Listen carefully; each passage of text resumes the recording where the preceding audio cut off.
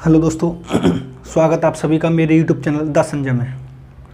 दोस्तों आज मैं आप लोगों के लिए एक नया टॉपिक लेके आया हूँ, जीन पियाजे जोरोम ब्रूनर। ये बड़े इंपॉर्टेंट चैप्टर हैं दोस्तों।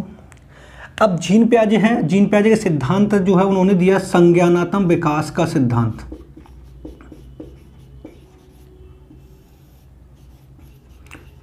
संज्ञानात्मक विकास का सिद्धांत, ठीक है दोस्तों। अब जोरोम ब्रूनर ने दिया है आधुनिक संज्ञानात्मक विकास का सिद्धांत।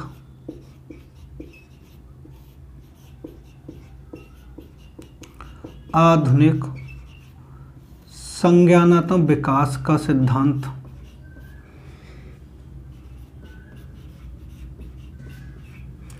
ठीक है दोस्तों। अब पिछले यूपी टेट में यहां से क्वेश्चन भी आया और यहां से भी आया, सी टेट में यहां से भी आया है। यानी ऐसा कोई एग्जाम नहीं है, UP TET, C TET, super TET, REET, कोई सा भी एग्जाम ले लें, इन दोनों में से क्वेश्चन कंपलसरी आता है। ये वेरी वेरी इंपॉर्टेंट है दोनों। अब एक क्वेश्चन ये आता है कि जीन पियाजे ने कितनी अवस्थाएं बताई, तो इसने अवस्थाएं बताई 4। कितनी बताई? 4। इन्होंने कितनी बताई थी अवस्थाएं? 3।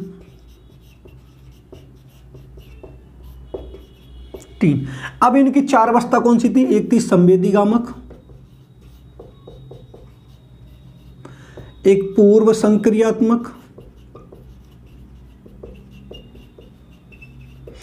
एक थी मूर्त संक्रियात्मक,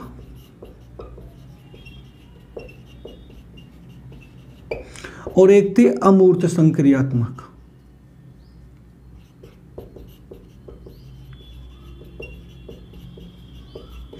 अब 3 इनकी कौन कौन सी थी? एक थी विंध्यात्मक,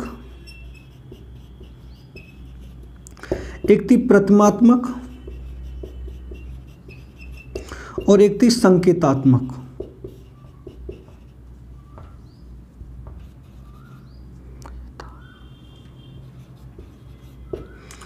यानी अब क्वेश्चन ये पूछा जाता है कि जीन पियाजे ने कितनी अवस्था बताई? 4। ब्रूनर ने कितनी अवस्थाएं? 3। यानी इन सबको हम अब डिटेल में पढ़ेंगे। ठीक है दोस्तों। 4 कौन कौन सी है? ये क्रम में है, ये क्रम में है। पिछली बार उन्होंने ये पूछा था यूपी टेट में कि इनमें से कौन सी जोरोम ब्रूनर की अवस्था नहीं है, तो 3 ये आई थी इंग्लिश में। अभी मैं लिखाऊंगा इसको और इनको पूरा डिटेल में पढ़ते हैं दोस्तों। तो शुरू करते हैं वीडियो दोस्तों आज से। ठीक है दोस्तों।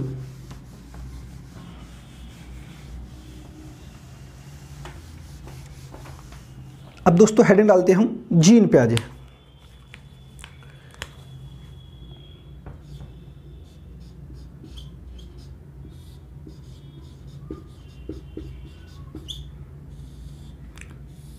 पहला क्वेश्चन, इनके सिद्धांत का क्या नाम था? तो इनके सिद्धांत का नाम था संज्ञानात्मक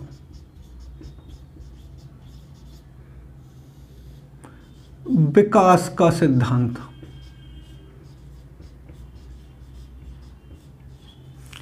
ठीक है दोस्तों। अब ये कहां के निवासी थे दोस्तों? ये निवासी दोस्तों स्विट्जरलैंड के।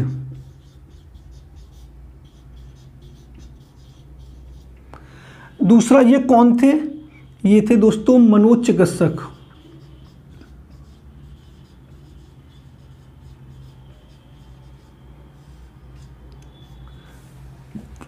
दूसरा, इन्होंने कितनी अवस्थाएं बताई?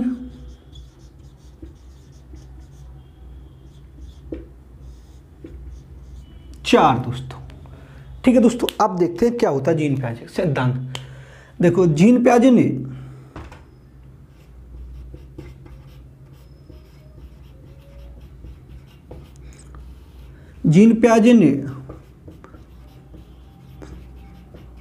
यह जानने का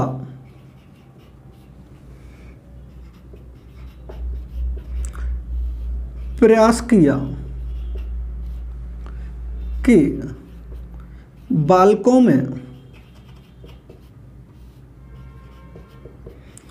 विकास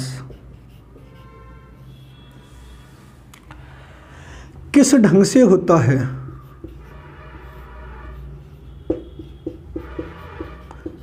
किस ढंग से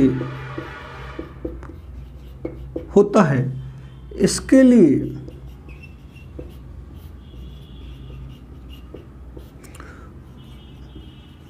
उन्होंने संज्ञानात्मक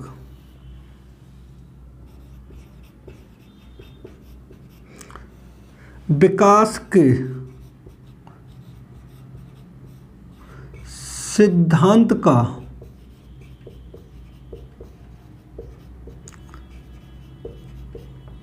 प्रतिपादन किया। ठीक है दोस्तों, नेक्स्ट लाइन से संज्ञानात्मक का शाब्दिक अर्थ, संज्ञानात्मक का अर्थ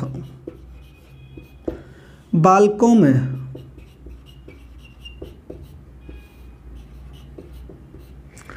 सूचना एकत्र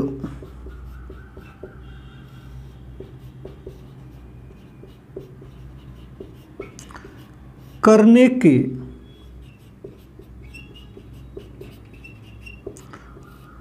तरीके से होता है, जिसमें वृद्धि, भाषा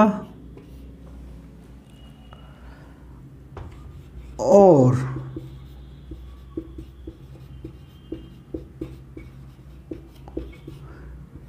प्रत्यक्षीकरण शामिल होता है।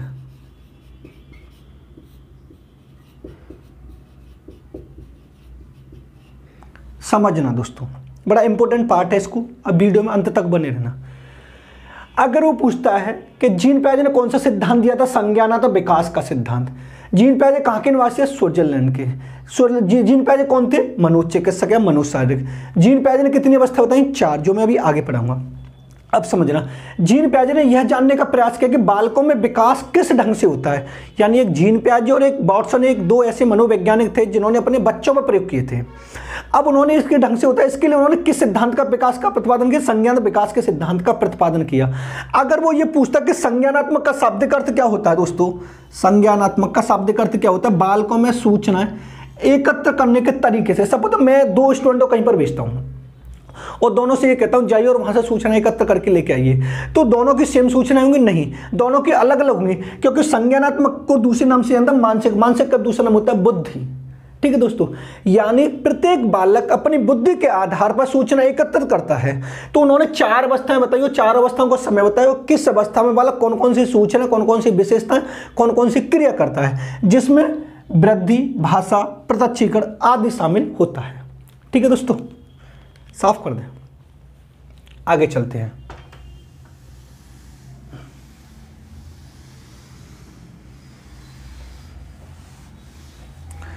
अब डालिए दोस्तों जीन पियाजे की अवस्थाएं।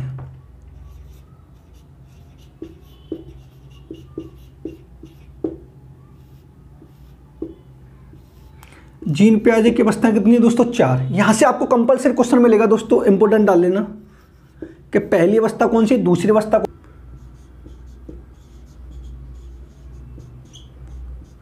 संवेदीगामक या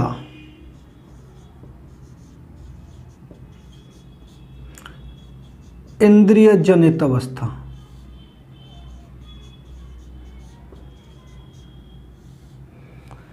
दूसरी है पूर्व या प्राक संक्रियात्मक अवस्था।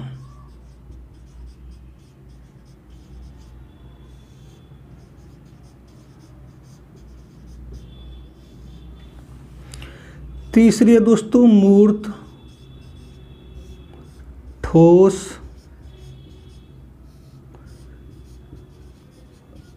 स्थूल और कंक्रीट संक्रियात्मक अवस्था।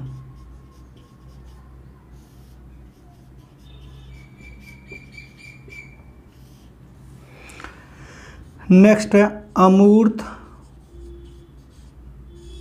रूप या औपचारिक संक्रियात्मक अवस्था।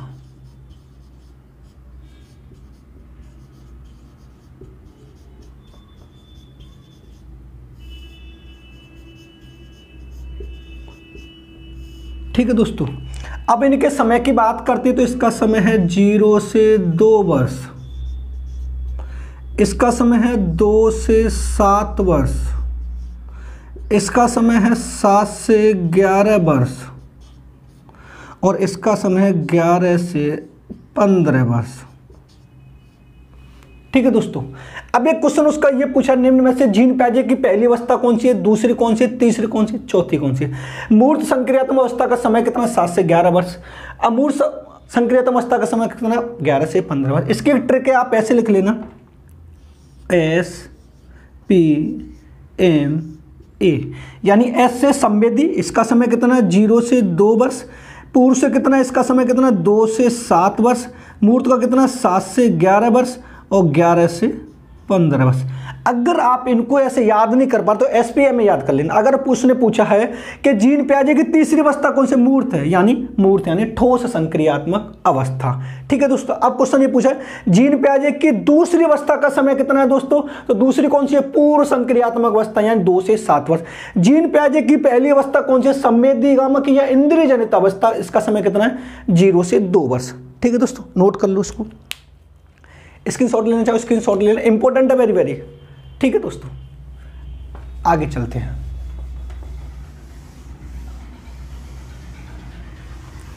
अब इन अवस्थाओं को हम डिटेल में पढ़ते हैं। अब सबसे पहले हेडिंग डालिए, संवेदीगामक या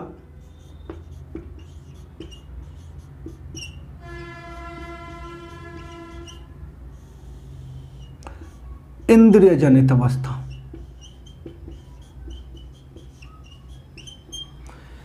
इंद्रिय जनित अवस्था, इसका समय 0 से 2 वर्ष। अब इसमें देखो क्या क्या होता है। पहला पॉइंट,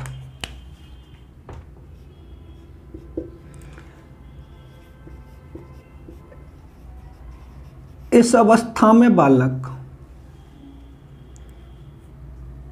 इस अवस्था में बालक अपनी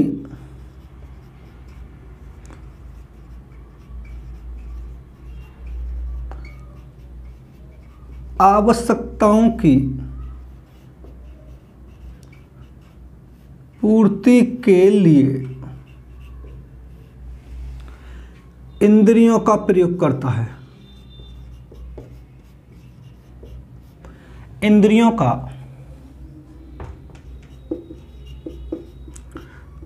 प्रयोग करता है। दूसरा, मानसिक क्रियाएं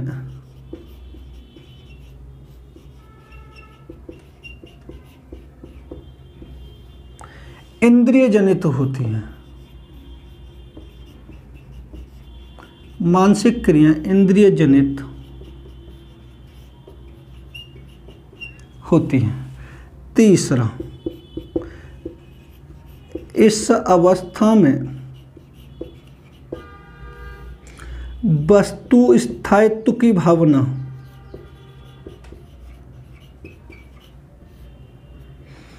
वस्तु स्थायित्व की भावना पाई जाती है।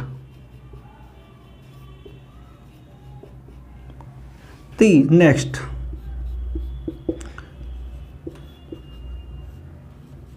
इस अवस्था में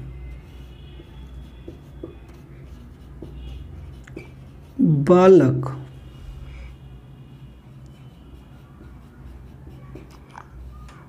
दूसरों पर निर्भर रहता है।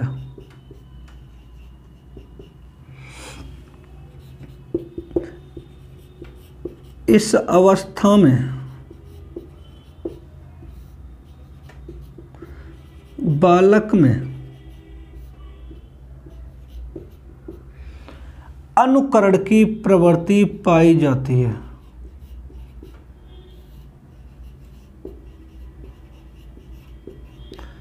प्रवृत्ति पाई जाती है। ये है दोस्तों पहली अवस्था, समझो। अगर उसने कहा कि किस अवस्था में बालक अपनी आवश्यकताओं की पूर्ति के लिए इंद्रियों का प्रयोग करता है, तो इंद्रिय जनित अवस्था। ठीक है दोस्तों, यानी किस अवस्था में बालक अपनी आवश्यकताओं की पूर्ति के लिए इंद्रियों का प्रयोग करता है दोस्तों, तो संवेदीगामक इंद्रियजनित अवस्था। किस अवस्था में मानसिक क्रिया इंद्रियजनित होती है? संवेदीगामक अवस्था यानी पहली अवस्था। किस अवस्था में वस्तु स्थायित्व की भावना पाई जाती है? ये दोस्तों बड़ा इंपॉर्टेंट है, इसको इंपॉर्टेंट डाल लेना। किस अवस्था में बालक में वस्तु स्थायित्व की भावना पाई जाती है? पहली यानी संवेदीगामक या इंद्रियजनित अवस्था। किस अवस्था में बालक दूसरों पर निर्भर रहता है? कौन सी अवस्था? इंद्रियजनित अवस्था। किस अवस्था में बालक अनुकरण की प्रवृत्ति पाई जाती है? अनुकरण मीन्स जैसा हम कहेंगे वो वैसा ही फॉलो करता है, वो कौन सी अवस्था होती है? इंद्रियजनित अवस्था होती है। ठीक है दोस्तों, नोट कर लो उसको, साफ कर दें। आगे चलते दूसरी अवस्था।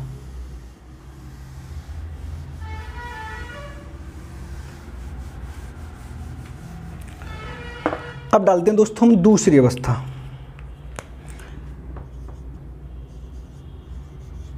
पूर्व या प्राक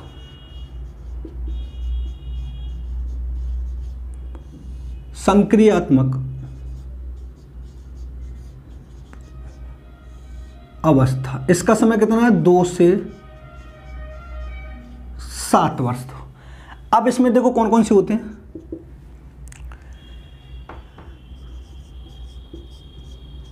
इस अवस्था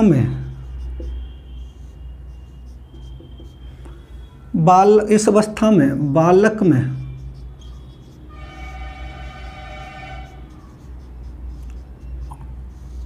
भाषा का विकास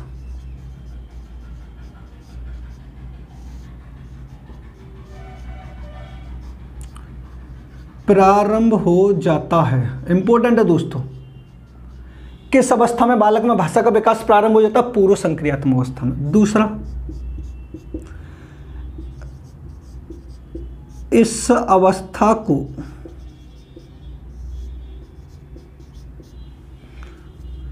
खोज की अवस्था भी कहते हैं।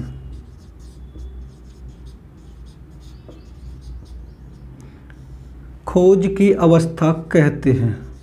ठीक है दोस्तों, नेक्स्ट,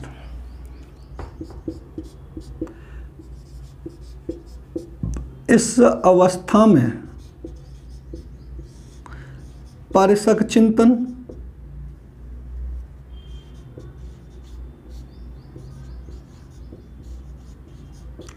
और आत्मसात्करण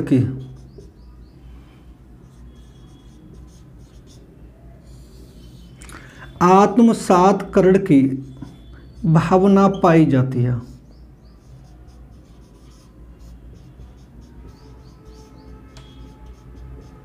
भावना पाई जाती है। नेक्स्ट, इस अवस्था में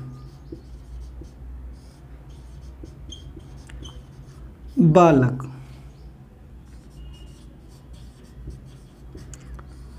प्रवेश की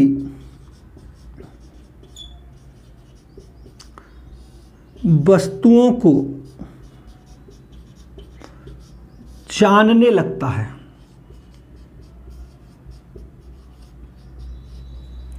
ये है दोस्तों इसकी अवस्था। अगर उसने पूछा किस अवस्था में बालक में भाषा का विकास प्रारंभ हो जाता है, तो पूर्व संक्रियात्मक अवस्था। दूसरा, किस अवस्था में बालक को यानी किस अवस्था को खोज की अवस्था कहा जाता है? पूर्व या प्राक संक्रियात्मक अवस्था को। किस अवस्था में परसक चिंतन और आत्मसात्करण की भावना पाई जाती है? पूर्व या प्राक संक्रियात्मक अवस्था। किस अवस्था में बालक प्रवेश की वस्तुओं को जानने लगता है? पूर्व संक्रियात्मक अवस्था। पूर्व संक्रियात्मक अवस्था का समय कितना है? 2 से 7 वर्ष। ठीक है दोस्तों, नोट कर लो उसको, स्क्रीनशॉट लेना चाहे स्क्रीनशॉट ले लो उसको। आगे चलते हैं।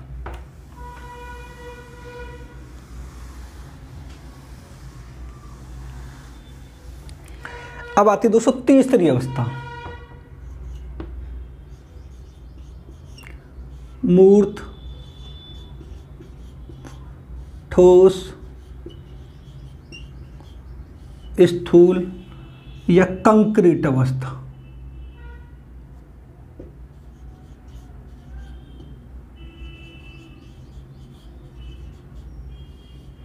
इसका समय कितना? 7 से 11 वर्ष। ठीक है दोस्तों, इसमें देखते हैं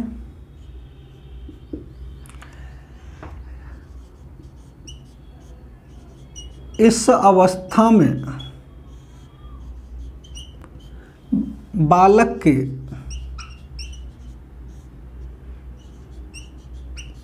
वजन, भार और लंबाई में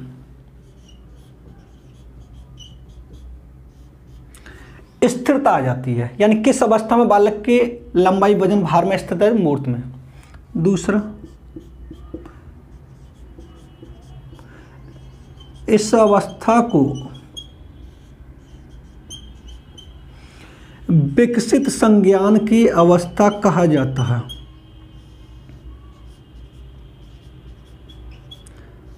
विकसित संज्ञान की अवस्था कहते हैं। ठीक है दोस्तों, तीसरा पॉइंट इसका,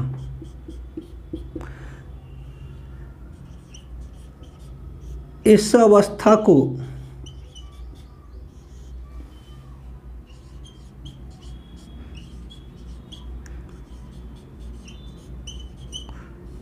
वैचारिक अवस्था भी कहा जाता है।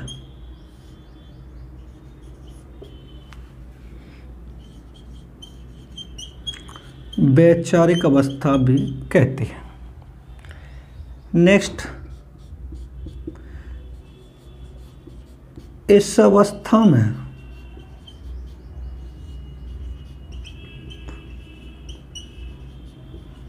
उत्क्रमणशीलता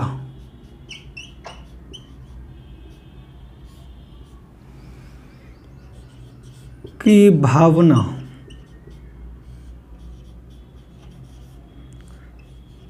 पाई जाती है। ठीक है दोस्तों, नेक्स्ट,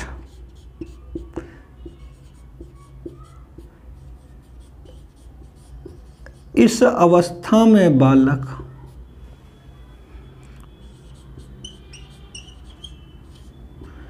वस्तुओं में भेद करने की, वस्तुओं में भेद करने की क्षमता का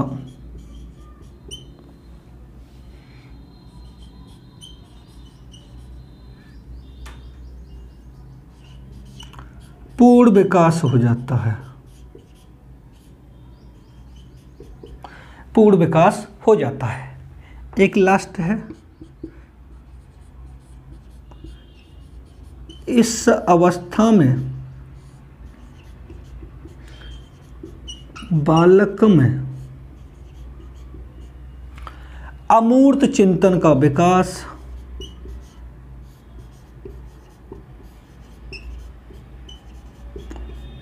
अमूर्त चिंतन का विकास प्रारंभ हो जाता है।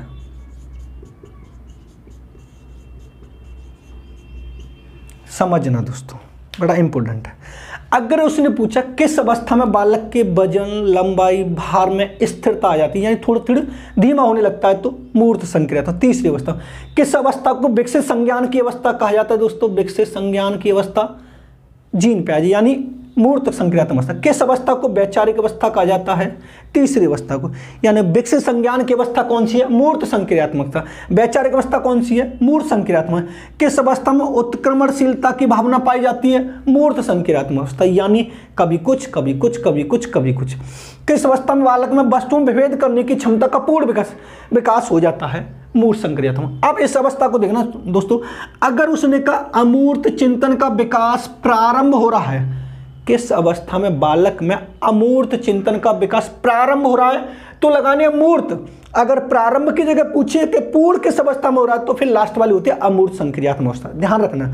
अब ऐसा मत कर लेना कि अमूर्त चिंतन देखा और चौथी अवस्था लगा दी औपचारिक अमूर्त संक्रियात्मक अवस्था। उसके बाद में आपको यह देखना है कि अगर प्रारंभ की बात कर रहा है तो लगानी तीसरी, अगर प्रारंभ की जगह बात कर रहा है पूर्ण तो लगानी है चौथी। ठीक है दोस्तों, अगर पूर्ण की बात करें तो नेक्स्ट जो मैं अभी लिखाने वाला हूं वो अमूर्त वाली, अगर प्रारंभ की बात करें तो तीसरी अवस्था लगानी है। ठीक है दोस्तों, नोट कर लो इसको। आगे चलते हैं।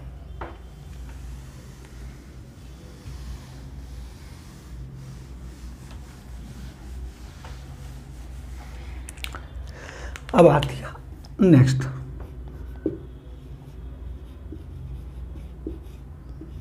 अमूर्तिया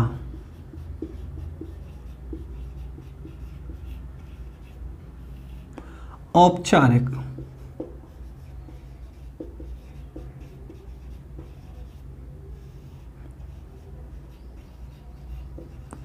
संक्रियात्मक अवस्था। इसका समय कितना बताया था दोस्तों मैंने? 11 से 15 वर्ष। ठीक है दोस्तों, अब देखो इसमें पहला पॉइंट, यह बस जीन प्याजे की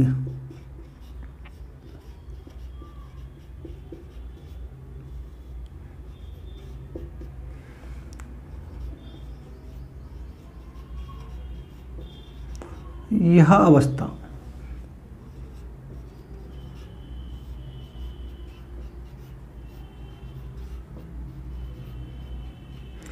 उच्च स्तर की है। दूसरा पॉइंट,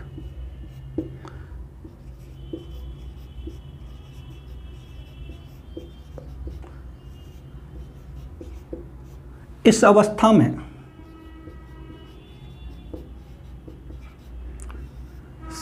संप्रेषण की प्रमुखता पाई जाती है।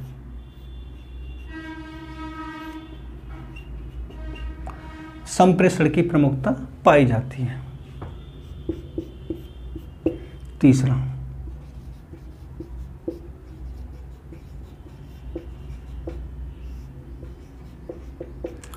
इस अवस्था में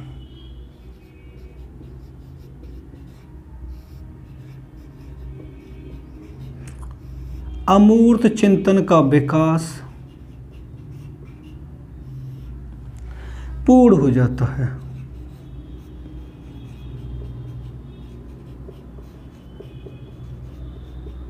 पूर्ण हो जाता है।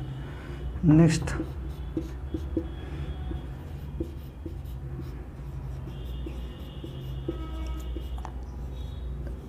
इस अवस्था में बालक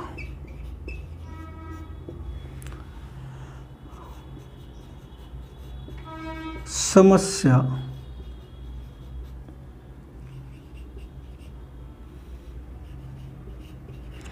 समाधान करने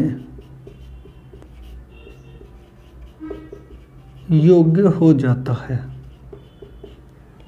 यह है चार अवस्था दोस्तों, समझना। अब उसने पूछा जीन प्याजे की सबसे उच्च स्तर की अवस्था कौन सी है? अब अमूर्त या औपचारिक संक्रिया अवस्था। किस अवस्था में संप्रेषण की प्रमुखता पाई जाती है? औपचारिक संक्रियात्मक अवस्था। किस अवस्था में अमूर्त चिंतन का विकास पूर्ण हो रहा है? इससे पहले दोस्तों मैंने अभी जस्ट बताया था कि प्रारंभ हो तो तीसरी अवस्था लगानी, यानी मूर्त संक्रियात्मक अवस्था। अगर पूर्ण हो जाए तो चौथी अवस्था लगानी है। किस अवस्था में बालक समस्या समाधान करने योग्य हो जाता है? अमूर्त या औपचारिक संक्रियात्मक अवस्था में। ठीक है दोस्तों, ये थी हमारी चार अवस्थाएं। आगे चलते हैं। देखो, अगर दोस्तों वीडियो पसंद आए तो वीडियो को लाइक और शेयर जरूर कर दिया करें और चैनल को सब्सक्राइब भी कर लिया करें। अब आते हैं जीन प्याजे के महत्वपूर्ण तत्व।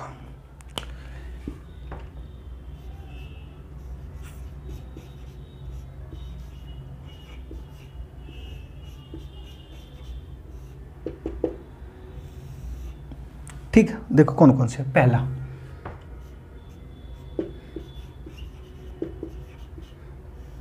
क्रिया।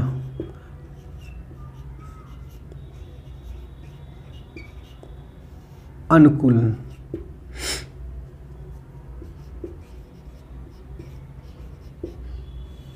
स्कीमा।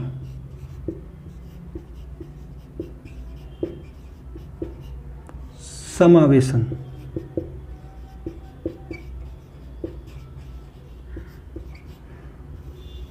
आत्मीकरण।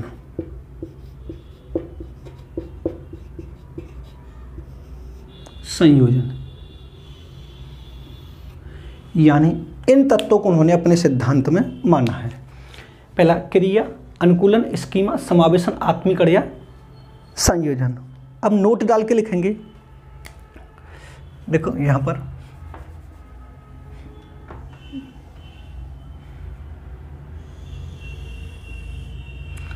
देखो,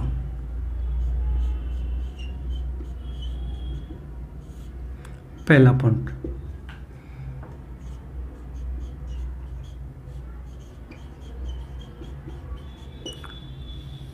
जीन पियाजे के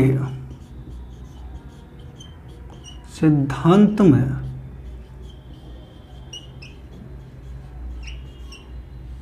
महत्वपूर्ण तत्व किसको माना है? अनुकूलन को माना है। यानी इनमें से सबसे ज्यादा कार्य किस पर किया? अनुकूलन पर। दूसरा,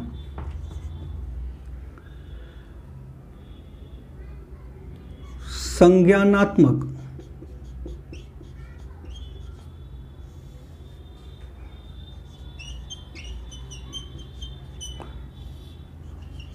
विकास की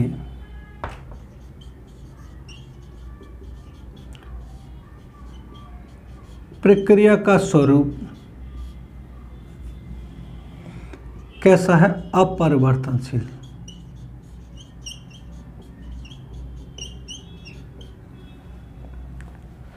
तीसरा,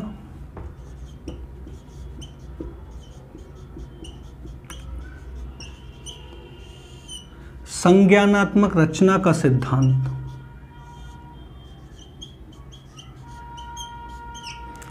क्रिया पर निर्भर करता है।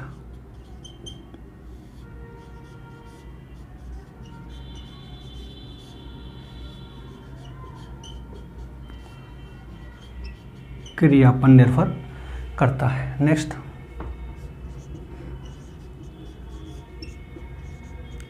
बार बार दोहराई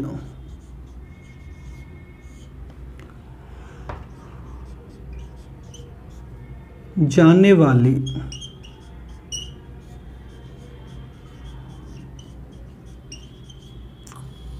कार्यात्मक इकाइयों को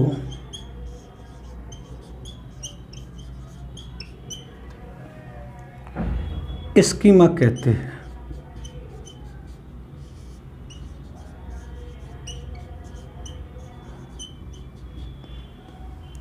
नेक्स्ट, वह प्रक्रिया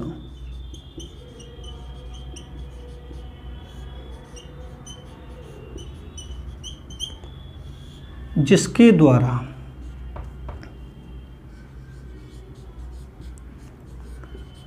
संज्ञानात्मक रचना को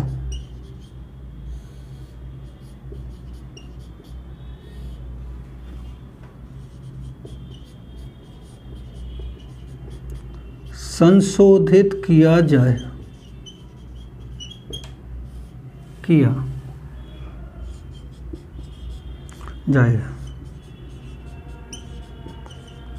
समावेशन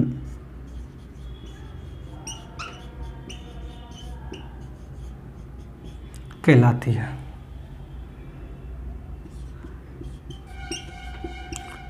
जब पूर्व ज्ञान में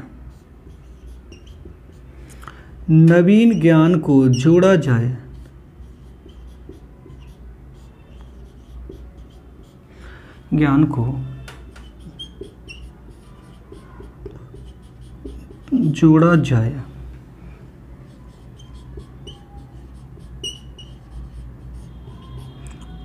आत्मीकरण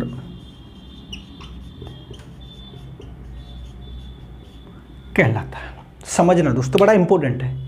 यहां से कंपलसरी आपको एक क्वेश्चन मिल जाएगा। अगर उसने पूछा जीन पियाजे के सिद्धांत में तत्व कौन कौन से हैं, तो पहला क्रिया, दूसरा अनुकूलन, तीसरा स्कीमा, नेक्स्ट समावेशन, आत्मीकरण और संयोजन। अब इनसे हटके ये पूछते कि जीन पियाजे के सिद्धांत में महत्वपूर्ण तत्व क्या है, तो आपको लगाना दोस्तों अनुकूलन। कई बार पूछा गया यूपी टेट में। अगर उसने पूछा कि संज्ञानात्मक विकास की प्रक्रिया का स्वरूप कैसा है, परिवर्तनशील है अपरिवर्तनशील, तो दोस्तों आपको लगाना अपरिवर्तनशील। अब संज्ञानात्मक रचना का सिद्धांत किस पर निर्भर करता है दोस्तों? क्रिया पर।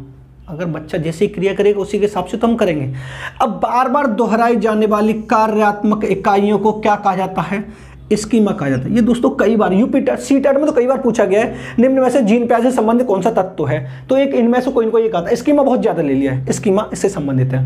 वह प्रक्रिया जिसके द्वारा संज्ञानात्मक रचना को संशोधित किया जाए, यानी आपके अंदर ऐसी कोई गलत आदत है, यानी ऐसी कोई रचना है जिसको आप संशोधित करके दूसरी लाना चाहते हैं, वो क्या कहलाती है, हमारी समावेशन कहलाती है। जब पूर्व ज्ञान नवीन ज्ञान में जोड़ा जाए तो क्या कहलाता है, आत्मीकरण।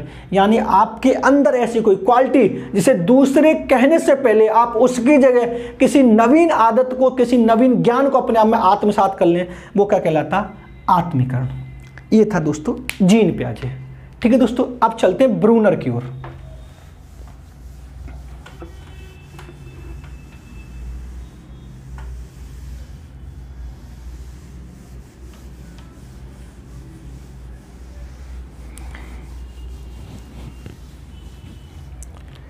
अब आते हैं दोस्तों ब्रूनर की ओर।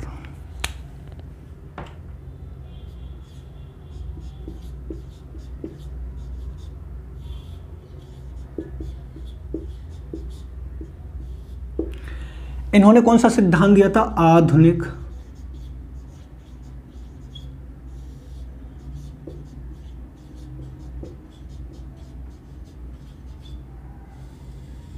संज्ञानात्मक विकास का सिद्धांत। अब एक तो जीन पैज ने दिया था संज्ञानात्मक विकास का सिद्धांत, एक ब्रूनर ने दिया, लेकिन ब्रूनर के सिद्धांत को आधुनिक संज्ञानात्मक विकास की श्रेणी में रखा जाता है। अगर क्वेश्चन ये पूछा जाता है किस मनोवैज्ञानिक के सिद्धांत को आधुनिक की श्रेणी में रखा जाता है, जोरम ब्रूनर के सिद्धांत को। अब जीन पैज ने कितनी अवस्था बताई थी, 4 बताई, लेकिन जोरम ब्रूनर ने कितनी अवस्था बताई है, इनकी अवस्थाएं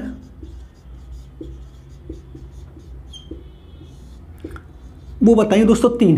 अब इस वाली जो 3 अवस्थाओं से पिछले यूपी टेट में ये पूछा गया निम्न में से कौन सी ब्रूनर की अवस्था नहीं है, तो देखो पहली है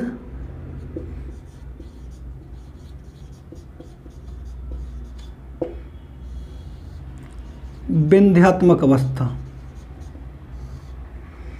दूसरी है प्रतिमात्मक अवस्था,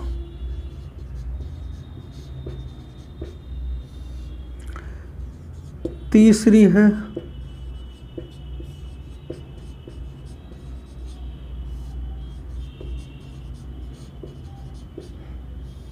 संकेतात्मक। अब ये दोस्तों आपको इंग्लिश में याद करने तभी ठीक हो पाएंगे। इसको बोलते हैं इनेटिव स्टेज, इसको बोलते हैं आइकॉनिक,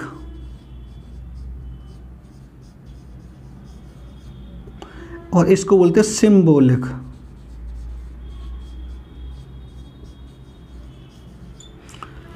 अब दोस्तों आप ये समझना कि पिछले यूपी टेट में आप देखेंगे तो उन्होंने ये पूछा निम्न में से कौन सी ब्रूनर की अवस्था नहीं है, तो ये 3 थी और एक अलग थी, तो जो अलग थी वो गलत थी।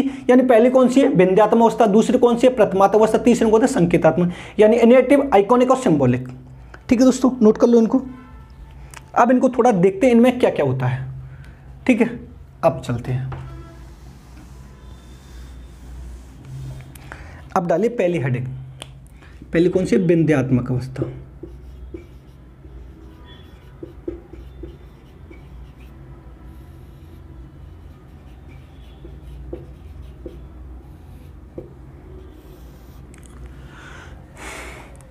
देखो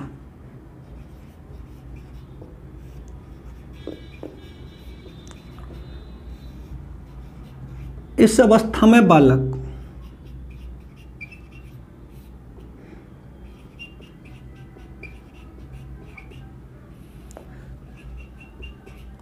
वातावरण की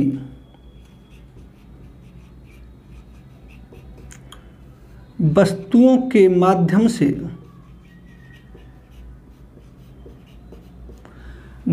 माध्यम से सीखने का प्रयास करता है।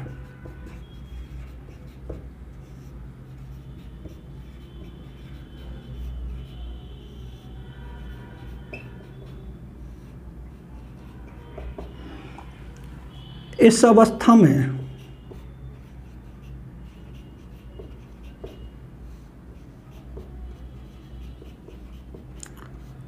भाषा का विकास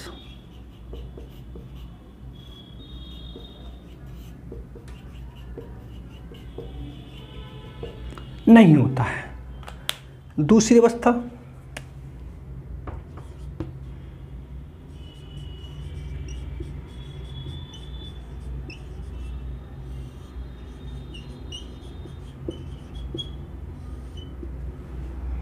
देखो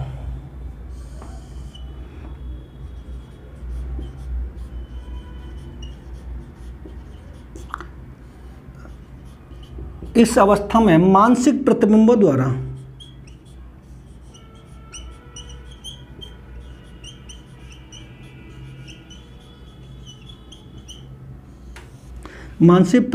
द्वारा सूचना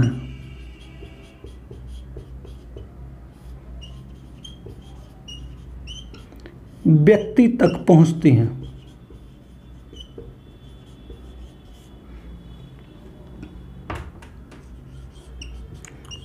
बालक चमक, शोर और गति से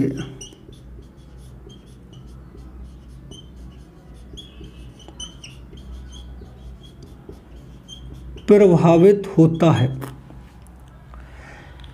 तीसरी अवस्था आती है दोस्तों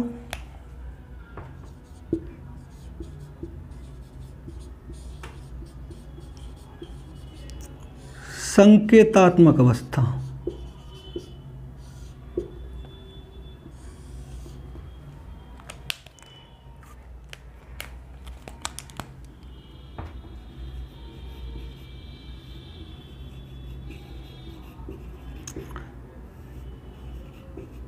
इस अवस्था में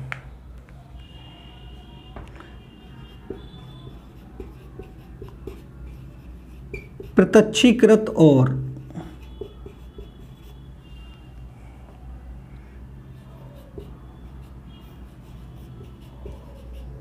मानसिकता का विकास संकेत प्रणाली से होता है।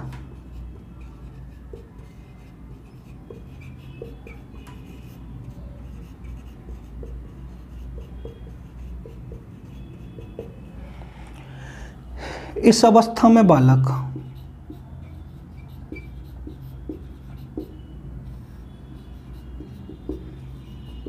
भाषा, गणित और तर्क सीख लेता है।